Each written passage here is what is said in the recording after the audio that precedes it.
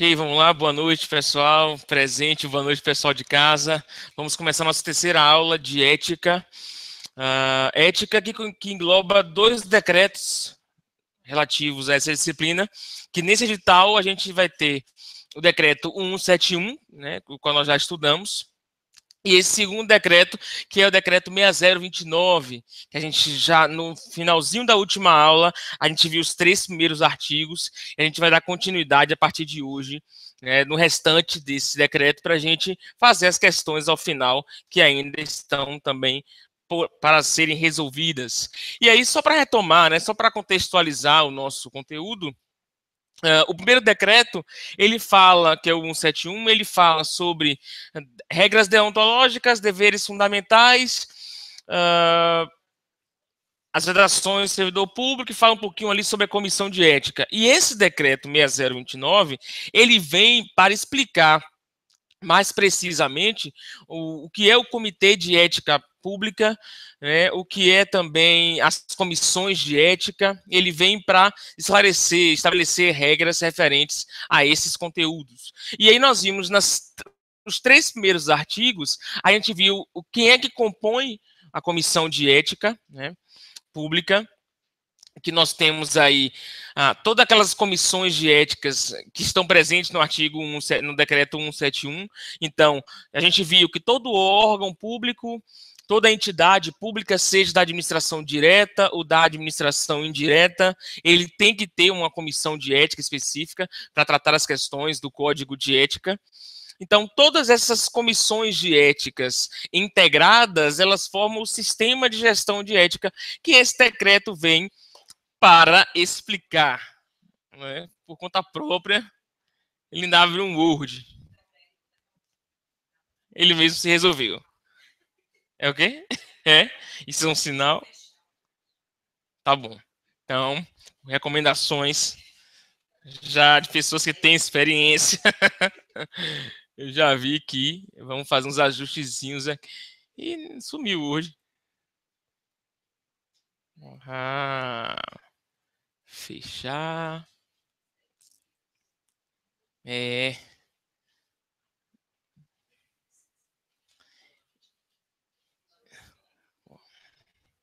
Então vamos começar nossa aula estudando o primeiro. Deixa eu só ver se está certinho aqui. Tá ok. Vamos começar nossa aula estudando o artigo 4º, que é o primeiro artigo dessa aula, referente ao decreto 6029, para quem quer acompanhar aí. Então, esse decreto, esse artigo 4º, ele diz: a CEP compete, ele vai trazer as competências da CEP. Então, a primeira competência é atuar como instância consultiva do presidente da República e ministros de Estado em matéria de ética pública. Então, assim como, aliás, a comissão de ética também serve como uma instância consultiva em qualquer órgão da administração pública, seja ele direto, a administração pública direta ou indireta, a CEP também é uma instância consultiva, né, em que o servidor, ou no caso aqui, ele se refere mais especificamente ao presidente da República, os ministros de estados, eles podem consultar a CEP para poder esclarecer sobre determinadas atitudes, se aquilo está dentro do padrão do Código de Ética ou não. Inciso 2. Administrar a aplicação do Código de Conduta da Alta Administração Federal, devendo, então, administrar a aplicação do Código de Conduta da Alta Administração Federal, devendo. Só um esclarecimento aqui. Esse Código de Conduta da Alta Administração Federal, no nosso edital, não tem. A gente não vai estudar esse código de conduta. Se lembra que eu falei para vocês que o código de ética deve ser seguido, melhor dizendo, por todos os servidores, menos os agentes políticos, porque os agentes políticos eles têm um código específico.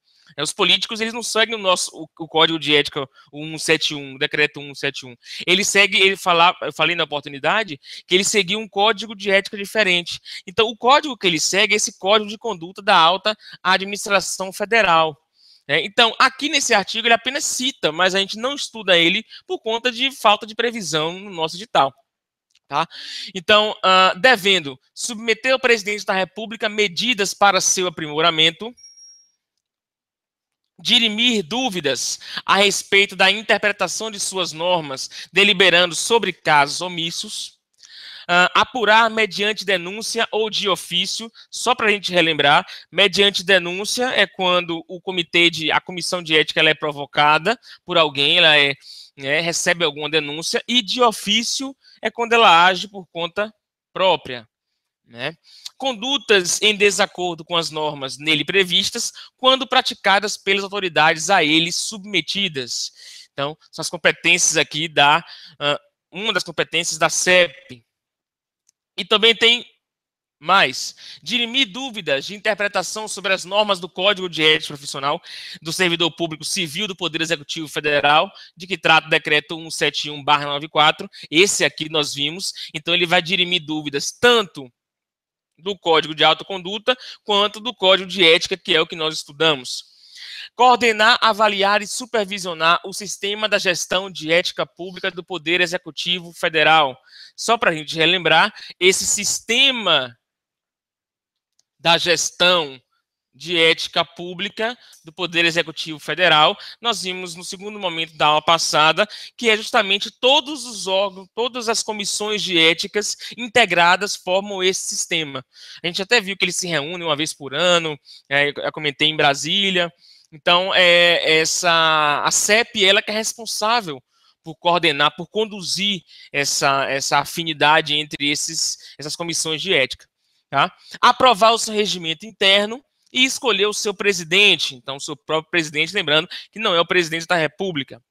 A CEP contará, parágrafo único, a CEP contará com uma secretaria executiva vinculada à Casa Civil da Presidência da República, a qual competirá prestar o apoio técnico e administrativo aos trabalhos da comissão.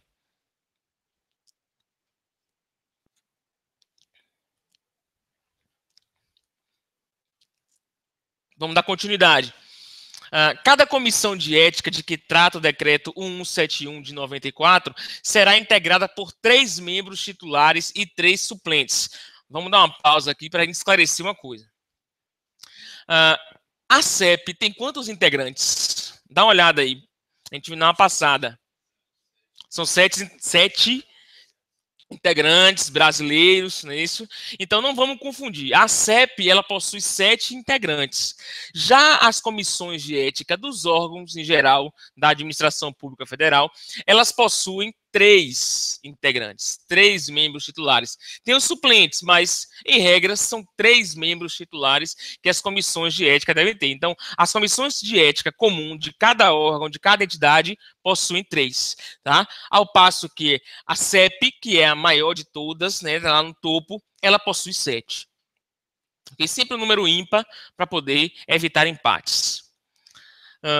3 suplentes escolhidos entre servidores e empregados do seu quadro permanente. É importante destacar isso.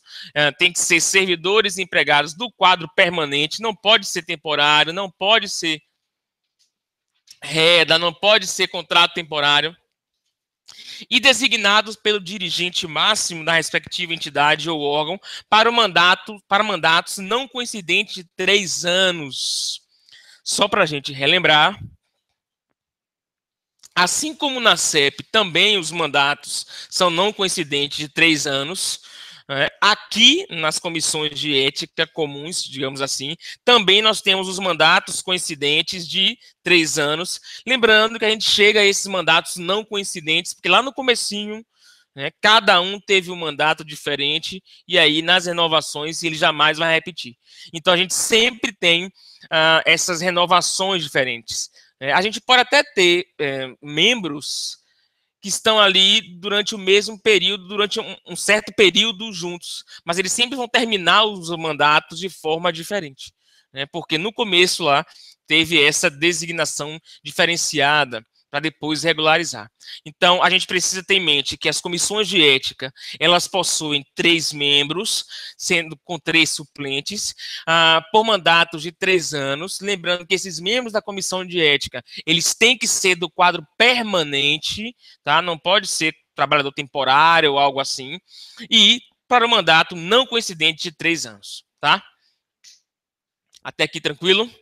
Vamos seguir. Diga. Volte, diga.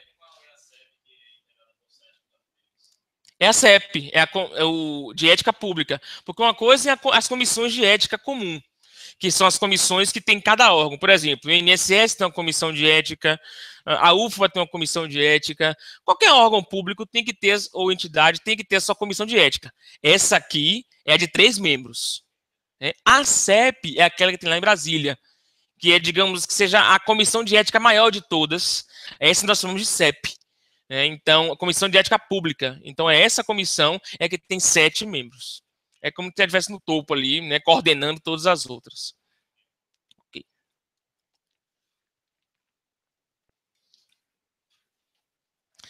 É dever do titular de entidade ou órgão da administração pública federal, direta ou indireta.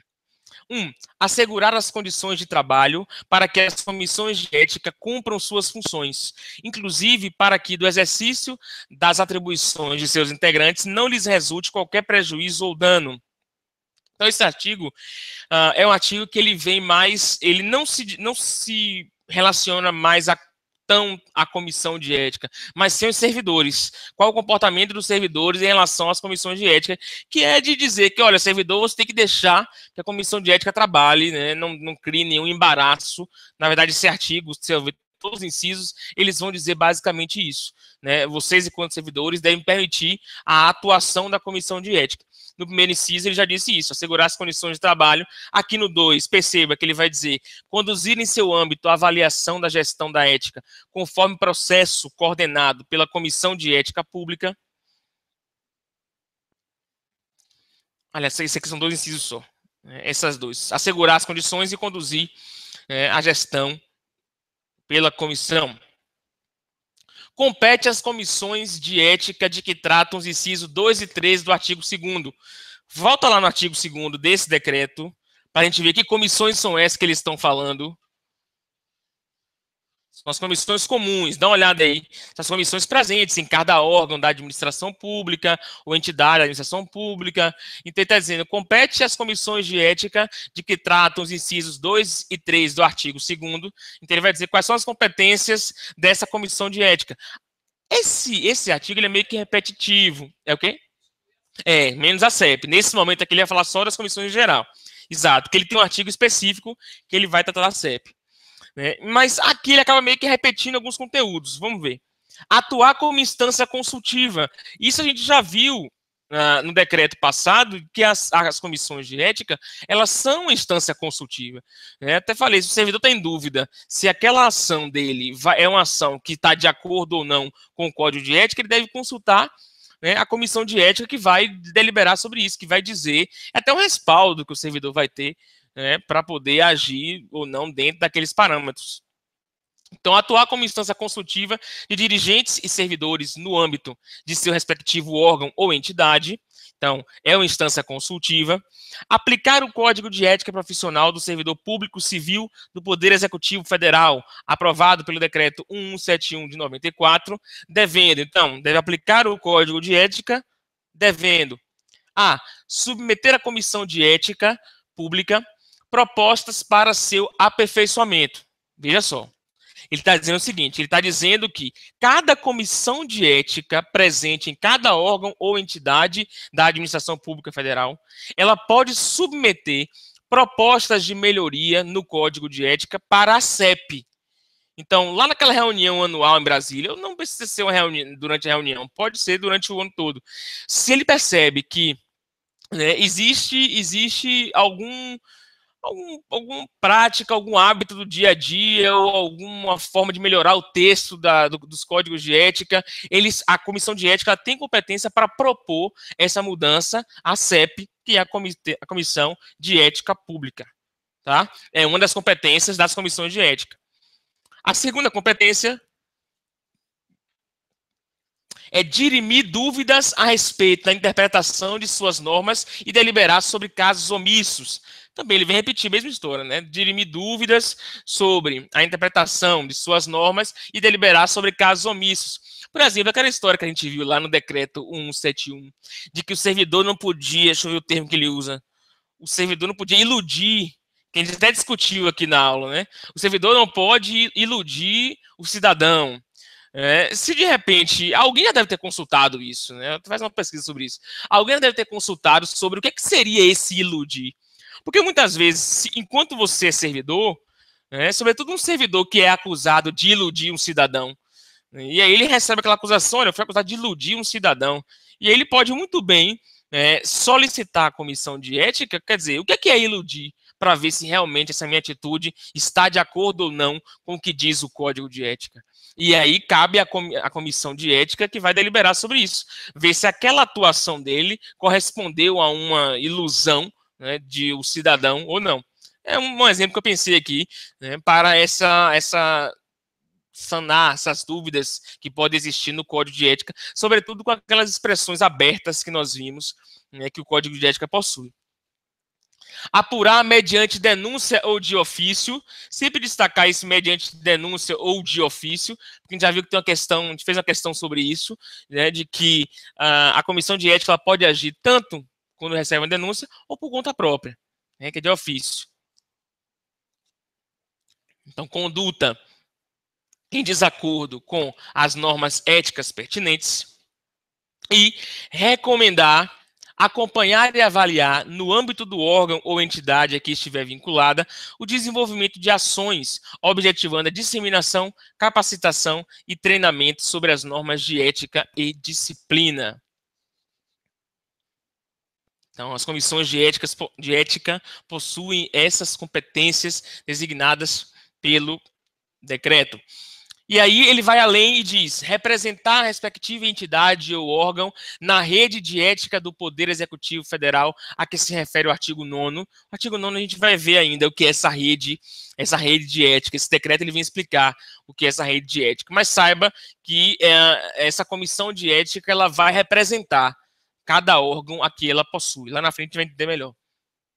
Supervisionar a observância do Código de Conduta da Alta Administração Federal e comunicar à CEP situações que possam figurar descumprimento de suas normas.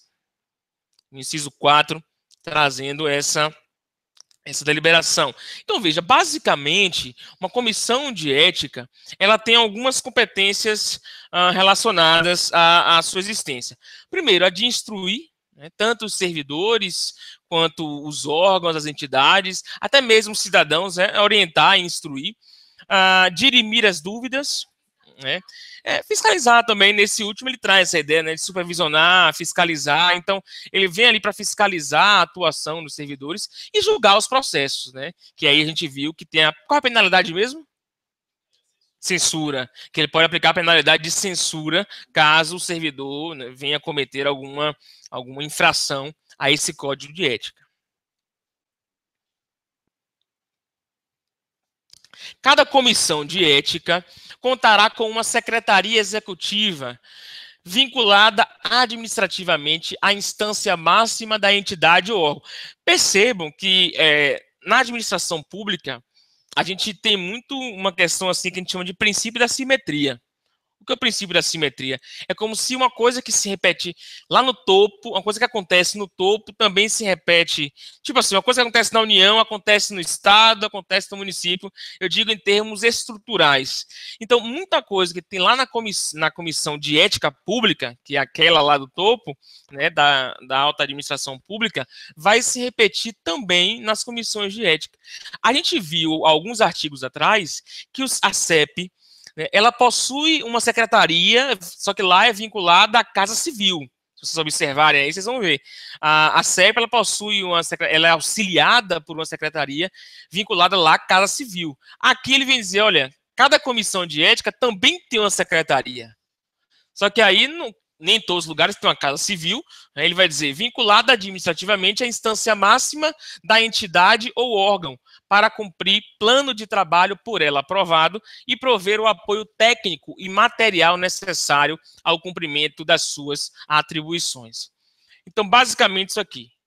Secretaria Executiva, se eu pudesse deixar uma expressão-chave para vocês, Secretaria Executiva é igual a apoio técnico e material.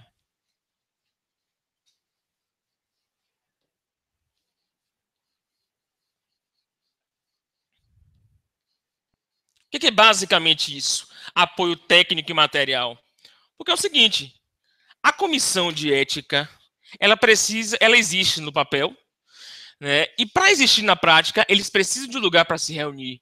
Precisa de mesa, precisa de cadeira, precisa de ar-condicionado, precisa, enfim, de toda a infraestrutura, precisa de telefone, precisa de recepcionista para fazer, enfim, né, o contato. Então, essa secretaria executiva, quando eu digo em apoio, quando eu digo não, né, quando eles dizem apoio técnico e material, é justamente um dos apoios é esse, é fornecer uma infraestrutura, porque provavelmente eles geralmente acontece assim.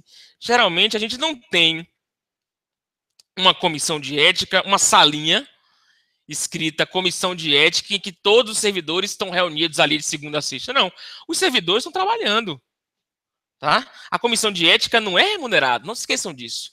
Não tem remuneração nenhuma. Então, eles estão trabalhando e uma vez, sei lá, na semana, uma vez no mês, eles se reúnem em algum lugar para tratar, deliberar determinadas questões. Só que os processos têm que ficar em algum lugar. Né? As pastas têm que ficar em algum lugar. Então, essa secretaria executiva, ela existe justamente para isso. Então, cada servidor está lá no seu posto de trabalho, desempenhando as suas funções, mas, eventualmente, eles se reúnem. Então, é essa secretaria executiva que é o local em que nós podemos submeter as denúncias, em que nós podemos consultar os processos. Diga.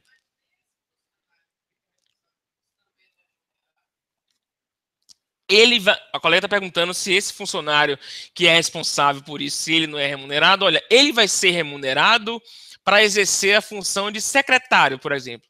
Né? E dentre as funções de secretário, ele pega também as atribuições. Tá? Mas não é um plus, não é um a mais, não é. Ele é designado enquanto secretário para aquilo dali. É como se fosse mais um setor, mas ele não julga. O que não é remunerado é você ser membro, né, da comissão de ética. Quando você é secretário da comissão de ética, você não é membro. É um outro, é um cargo, realmente é um cargo. Então, essa secretaria executiva pense mais ou menos, né, com essa estrutura que vai dar apoio. Quando eu digo apoio técnico, falta um acento aí, né? Apoio técnico e material é justamente nesse sentido.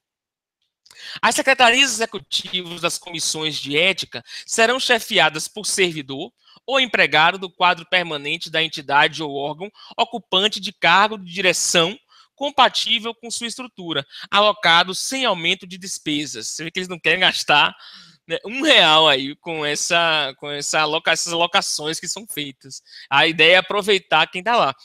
Olha, só por desencargo de consciência, a, a ideia de você ter sempre funcionários permanentes é porque esses funcionários permanentes eles já possuem estabilidade. Então é como se você fosse um ré, como é que você sendo reda, você vai julgar alguém?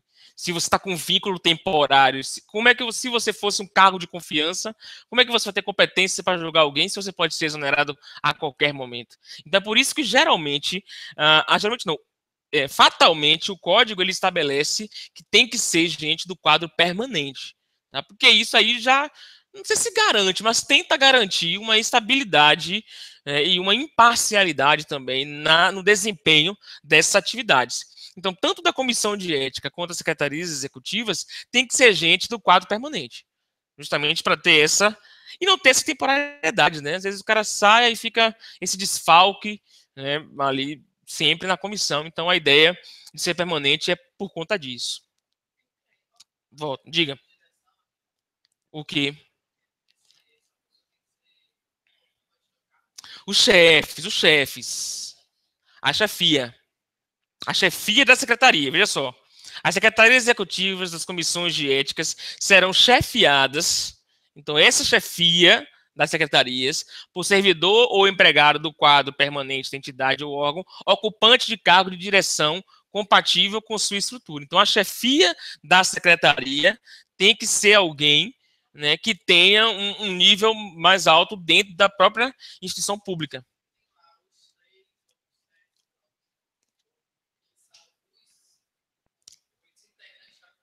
Sim, sim.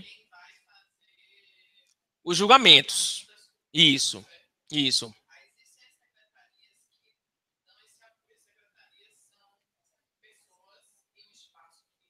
Isso, sim. Sim. A secretaria tem que ter um chefe, exatamente. Assim como a comissão tem um presidente, né, a secretaria tem a chefia, né, para poder deliberar, né, comandar mesmo, dar as ordens. Tem que ter alguém que mande, né, da comissão. Mas sabe o que acontece? Sabe por quê? Eu acho, né? Eu acho não, acho que porque a lógica, mas aqui não tem um choque. Porque cada um é com uma função diferente. Não é o presidente da comissão. Em que sentido? Não, eu acho que o que a prova tem, o que a prova pode perguntar é sobre essa estrutura da Secretaria Executiva, né? É baseado nessa estrutura da Secretaria Executiva aqui. Você saber que o que é a Secretaria Executiva, apoio técnico e material, e que tem um chefe lá dentro, né, dessa secretaria também, tá? Deixa eu dar um espaço aqui. Só o pessoal que está em casa, a colega aqui na sala estava mais reiterando tudo aquilo que a gente que eu já tinha falado, né? Que existe a comissão de ética com seus membros e também existe a secretaria executiva que presta o apoio técnico e material a essas comissões de ética e que essa secretaria executiva também tem uma chefia, tá? Só para estabelecer aí, vocês ficarem boiando em casa sobre o que foi dito aqui em sala. O artigo 8º diz o seguinte: compete às instâncias superiores dos órgãos e entidades do Poder Executivo Federal, abrangendo a administração direta e indireta, observar e fazer observar as normas de ética e disciplina, constituir a comissão de ética, garantir os recursos humanos, materiais e financeiros para que a comissão cumpra com suas atribuições e atender com prioridade às solicitações da CEP. E tenta dizer o seguinte: compete a cada órgão ou a cada entidade, no caso aqui ele chama a atribuição para as instâncias superiores. Você está dizendo, olha, sei lá, não tem o INSS, vamos pegar o exemplo do INSS. A instância máxima do INSS tem que garantir isso aqui. Tem que garantir que as normas vão ser observadas, tem que garantir de que vai ter uma comissão de ética lá dentro, tem que garantir de que vai ter recursos humanos, recursos materiais, e tem que garantir que qualquer solicitação que a CEP, lembrando, a CEP é lá do topo, que a CEP solicitar, a comissão daqui de baixo do INSS vai ter que atender também. É uma recomendação que o decreto faz para os órgãos ou entidades, né, públicas que possuem as comissões de ética. Pensa no INSS, que aí você vai sempre criando o link sobre o que é que essa comissão de ética funciona.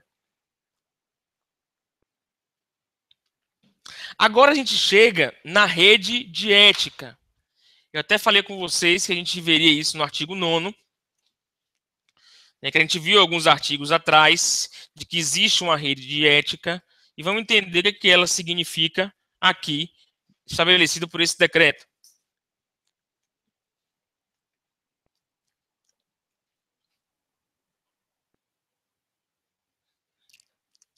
Fica constituída a rede de ética do Poder Executivo Federal, integrantes pelos representantes das comissões de ética de que tratam os incisos 1, 2 e 3 do artigo 2º.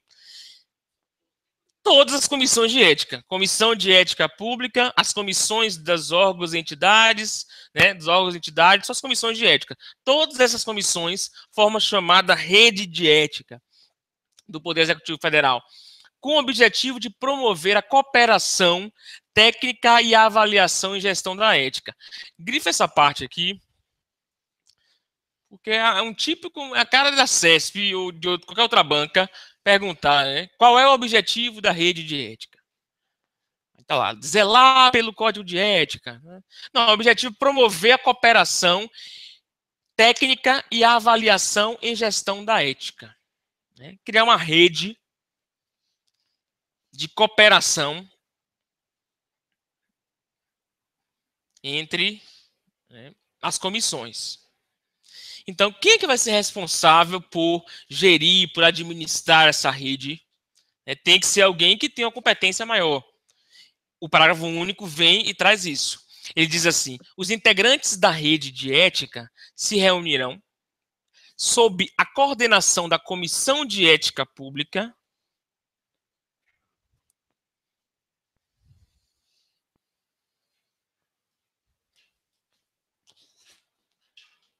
E aí você vai ter que grifar a quantidade de vezes que eles se reúnem, porque isso é importante. Eles se reúnem pelo menos uma vez por ano. Grife desde o pelo menos, que pode ser mais, né?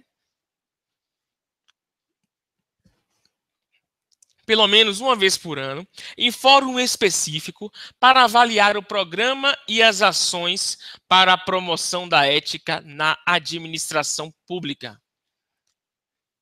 Então, rede de ética, essa rede é justamente essa integração. Olha o objetivo: cooperação técnica e avaliação e gestão da ética.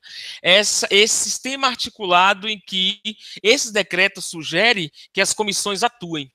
Então, ele diz, olha, pelo menos uma vez por ano eles devem se reunir, e eles se reúnem geralmente no site. Qual é o site? Acho que é o site da Presidência da República, que você pode ter acesso a um relatório que eles produzem, né, normalmente, sobre o que é que ficou deliberado nesses encontros. Geralmente eles se reúnem só uma vez por ano mesmo, né? Apesar deles dizer pelo menos uma vez por ano, pelo menos pelo que eu vejo lá no site, geralmente é uma vez por ano. Para tratar dessas questões. E daí surgem novas ideias sobre como deve se aplicar esse código de ética, enfim. Então, atenção com acho que tem uma questão sobre isso aí, lá no final, sobre a quantidade de vezes que eles se reúnem, né, pelo menos uma vez por ano, essa rede de ética tem que se reunir.